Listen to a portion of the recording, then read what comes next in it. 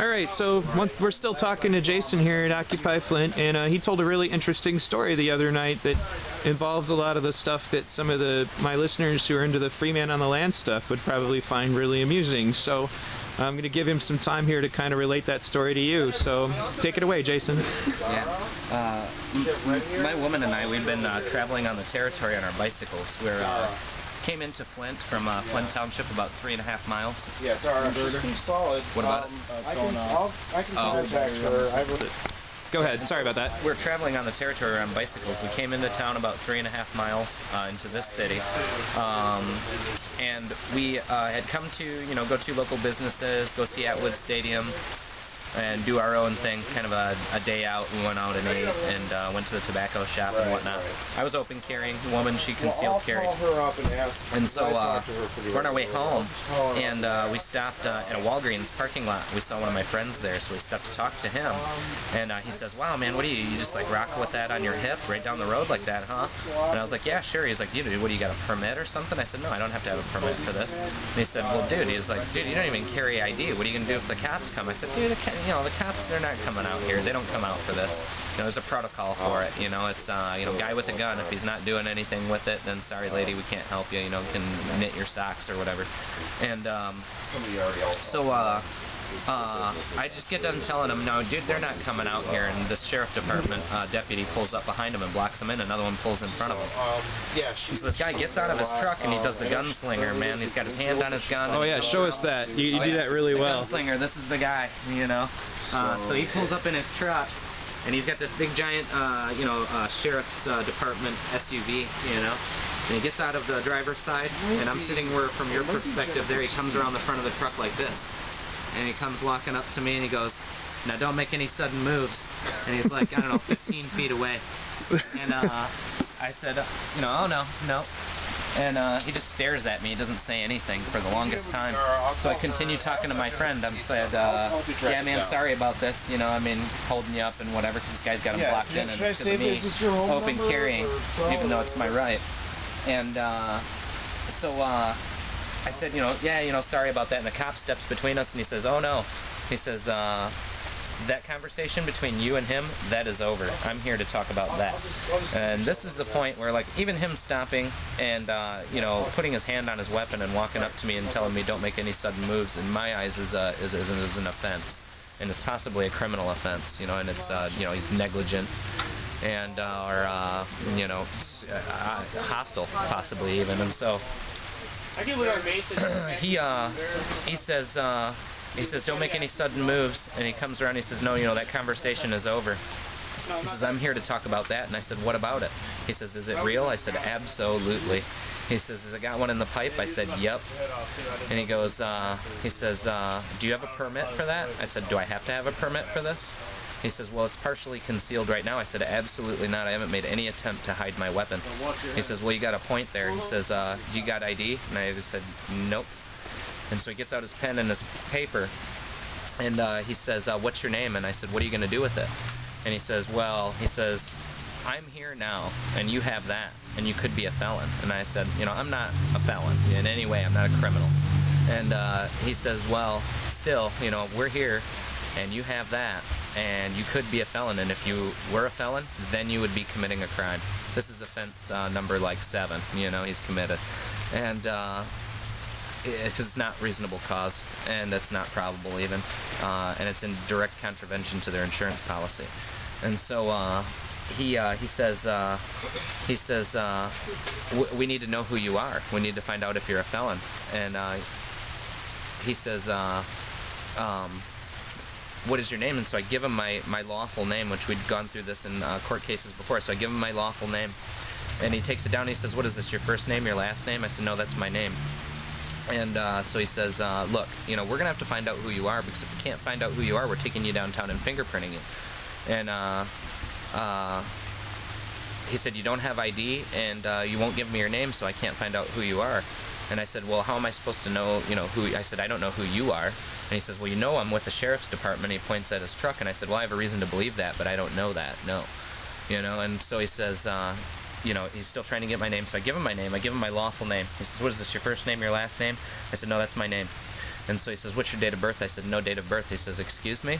And I said, yeah, no date of birth. I said, we also have been through this. It's hearsay. I can't be forced to testify of my date of birth. And so he's sitting here like with his pen in midair, just looking at me like this, and this other cop, comes up. And what had happened in between is his partner came up behind me, and I had stepped off my bicycle and put my hand on my backpack strap, and I'm in full view of their camera, so they can't say, like reach for my weapon and they gun me down because of that or tase me or whatever. And so I got my hand on my backpack strap, and his partner comes up behind me with this fighter glove, man, and grabs my wrist like this and pulls it up into the air like that. He sweeps my lanyard, which has my pocket knife on it. He sweeps my pocket knife out of my pocket, and he reaches his hand around here. He says, you got any other weapons on you? I said, I don't know what you consider a weapon. And so he says, what is this, spare magazines? I'm like, yep. So he goes, okay. And so the other cop's standing in front of me. He says, I'll tell you what I'm going to do. He says, I'm going to take that from you. And this is actually before he was trying to get my name, now that I remember. And he says, I'll tell you what I'm going to do. I'm going to take that from you. I said, what purpose does that serve? He says, well, I want to make us all safe. And actually, I have to recap. In between him taking the gun and him asking me if it was real, he said, why do you have that? And I said, I have it for the same reason you have it, to protect myself and others in case of the sudden outbreak of violent crime. And he just looked at me and like couldn't work with that, And so he says, well, I'll tell you what I'm going to do. I'm going to take that from you. And I said, what purpose does that serve me? He says, I want to make us all safe. And I said, yeah, sure, I want to make us all safe. So I lift my arm up and he breaks my thumb brake, pulls the pistol out of its holster. And he gets it about 1.5 feet away from my body, and it hits the end of a lanyard. It's a 500-pound piece of paracord, Mm-hmm. And so he's not going to detach it from me very easily. And he almost drops my gun on the ground. And he looks at me all surprised. He fumbles and catches the gun. And then he looks at me and he settles for unloading it. So he's trying to find the magazine release. He can't operate the magazine release. He can't get the magazine out of it, so I have to talk him through it. To talk him through every motion from his thumb to which button it's on, and to go ahead and press that button and, okay, remove the magazine. Then I have to talk him through retracting the slide and getting the chambered round out of there. And so we get him through that, and he looks at me and he goes, and he gingerly puts it back in my holster. And so now he wants my name. And so we go through the name bit and the date of birth bit, and the 2 more police officers come screaming down the road with their lights on. I said, is that for me? He says, oh yeah, we take it very seriously when we get a gun call. I said, don't you think this is pretty heavy duty for me simply bearing arms? And nobody said anything. And so these other cops get out, and one guy, he's still in his car, he says, hey, listen, if he's not going to cooperate with you. And I said, wait a minute. And I said to the deputy I'd been talking to, I said, am I not cooperating with you guys? I'm like, you guys have my weapon, we're having a polite discussion here, and this guy's kind of shaking his head, and the other guy gets out of his car and he goes, whoa, what is that? And he points at my hip and he says, we have to get that and secure that. And the other cops, the sheriff's deputies, these are city police or township police that had come after the fact. And so there's 4 police cars there and 4 police officers, law enforcement officers. The new cops show up and they're completely confused about why you still have your firearm. Right. He says, no. He says, that's not cool. We have to get that and secure that. So he says, I'm going to take that from you. And so I lift my arm. He reaches in. He grabs my pistol. And he pulls it out and twink, right on the end of the lanyard. It almost shoots out of his hands. He looks at me. And so the cop's still standing behind me. I've got a deputy here and a city or a township police officer here and his sergeant coming up from this side. They got me in this semicircle. And the guy looks at me with these wide eyes because he almost dropped my gun. And I said, yeah, I have that so criminals can't get a hold of my weapon. And these criminals are standing here, literally criminals now, holding my weapon. Well, explain a little bit about that. Like you're saying that like all these violations that they had committed, why were they violations? Or is that something that would be better put at the point when they run your name? Right. Well, what it is there is a code of criminal procedure, which is basically the law of operation of law enforcement agencies. And so if you're an agent of a law enforcement agency, then you must act on this regulation. Anytime you act outside of the regulation, if it's not like a simple, honest mistake, then basically it relieves you of your immunity as a police officer. And so now his actions he's directly liable for. Not with any immunity like, a police officer takes your property, it's not stealing, it's confiscation. Well, once they've breached their contract, once they've breached their duty, they have no immunity for having your property. They have no immunity from committing felonies while wearing body armor. They have no immunity from, coercive threats, using a weapon, and wearing body armor. These are all like 3-year, 5-year, 10-year, 15-year felonies under state statute and U.S. code, as far as I understand. And so and we haven't even gotten to the point of arrest or searching you for information such as your name, which is a search. And this is why when they ask me for my name, I ask them, what purpose does it serve? What do you want to do with my name? We want to make sure you're not a felon. Okay, well, I'll tell you right now, I'm not a felon. Well, they won't accept that, so now they want to press the issue. Thing is they said they're going to take me from the pavement downtown to fingerprint me and identify me because they saw me open carrying a firearm is absolutely out of regulation, number one, against their insurance policy, number two. So we have two policy issues. We have a policy issue, which is administrational. We have a statute issue, which may be criminal. We have a federal U.S. code violation, which may also be a federal crime, punishable by up to 15 years in prison. And so, depending on what the deprivation of rights is, it's deprivation of rights under color of law to take your property and cite that you can't have the property when you have every right to have it. It is deprivation of your rights under the color of law, not any actual law. And so since they were using the color of law, me having a firearm and them having a concern about it, in order to relieve me of my property, relieve me of my guests I was visiting with, relieve me of my time and my liberty, they have committed mass felonies in my understanding. And so, we haven't even got to the point of arrest where in this state that I know of, the common practice is to take you downtown and lodge you over. If you haven't committed a felony, or they have no reasonable cause to believe you've committed a felony, and there's no oath or attestation or warrant to that fact, they must either cite and release you or take you directly before a magistrate. This is not done. This is also felonies. It's felonious. It's abduction. It's well, right. Yeah. There was the point at which they take you to the car, and then you ask for a magistrate, and they kind of freak out about that. Right. And so I'll speed up through that. And so he says, they're asking me for my name, and he says, look, if he's not going to cooperate with you, I said, look, number one, I don't cooperate with police officers. I will be helpful if it's due. But the thing is cooperate implies that I operate with them, which would also get me a paycheck and a benefits pension plan from the police office.